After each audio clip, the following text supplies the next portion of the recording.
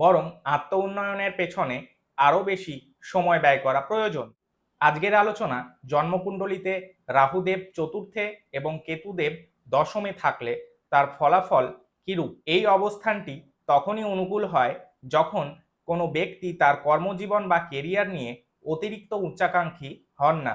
এক্ষেত্রে ব্যক্তির বিকাশের মূল ক্ষেত্রটি চতুর্থ ভাবকে কেন্দ্র করে আবর্তিত, যেমন তাদের জীবনে সন্তুষ্ট থাকতে শেখা, গৃহজীবন, মায়ের সাথে সম্পর্ক, সম্পত্তি সংক্রান্ত বিষয় ও মানসিক প্রশান্তি লাভের উপর মনোযোগ দেওয়া। এইসব সাধারণত এই ব্যক্তিদের জীবনে মায়ের ভূমিকা অত্যন্ত গুরুত্বপূর্ণ হয়ে থাকে, যেখানে বাবার উপস্থিতি থাকে আড়ালে বা অনেক ক্ষেত্রে অনুপস্থিত থাকতেও পারে।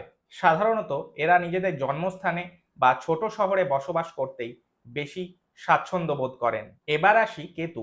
কেতুর দশমে অবস্থান অতীতে কোনো এক জন্মে অর্জিত বাস্তবমুখী সাফল্যের ইঙ্গিত দেয়, তবে বর্তমান জীবনটি মূলত অভ্যন্তরীণ বিকাশের উপরই নিবদ্ধ। রাহু কেতুর 4-10 অ্যাক্সিস অধিকারী ব্যক্তিরা যখন কর্মজীবন নিয়ে অত্যধিক উচ্চাকাঙ্ক্ষা পোষণ করেন তখন প্রায়শই তাদের আকস্মিক পতনের সম্মুখীন হতে হয়। তাই তাদের উপলব্ধি করা উচিত যে বাহ্যিক সাফল্যই জীবনের সবকিছু নয়, বরং আত্ম উন্নয়নের পেছনে আরও বেশি সময় ব্যয় করা প্রয়োজন, যদিও এটা সকলেরই করা উচিত বলে আমি মনে করি।